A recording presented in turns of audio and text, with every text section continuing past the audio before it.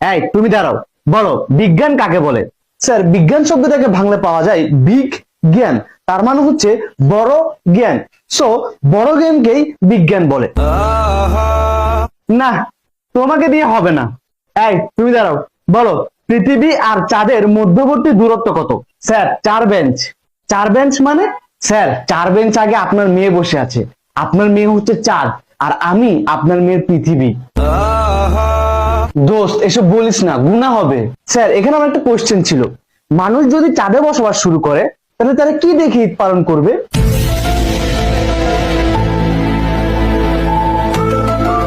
দোস্ত, ঈদ একটা পবিত্র জিনিস, এসব বলিস না, গুনাহ হবে। স্যার, এখানে আমারও একটা কোশ্চেন আছে, পৃথিবীতে থাকা মানুষরা চাঁদকে দেখিয়ে বলে ওই যে দেখো চাঁদ মামা, তার মানে পৃথিবী হচ্ছে চাঁদের বোন আর চাঁদ হচ্ছে পৃথিবীর ভাই, এই কারণে হয়তো তাকে মামা ডাকা হয়। তাহলে চাঁদে যদি মানুষ থাকে তাহলে মানুষরা পৃথিবীকে দেখিয়ে কি বলবে? ওই যে দেখো পৃথিবী আন্টি। দোস্ত, এসব বলিস না, গুনাহ হবে। তো একটু আগে তুই বলছিলি স্যারের মেয়ে চাঁদ আর তুই পৃথিবী, তাহলে কি তোরা ভাই বোন?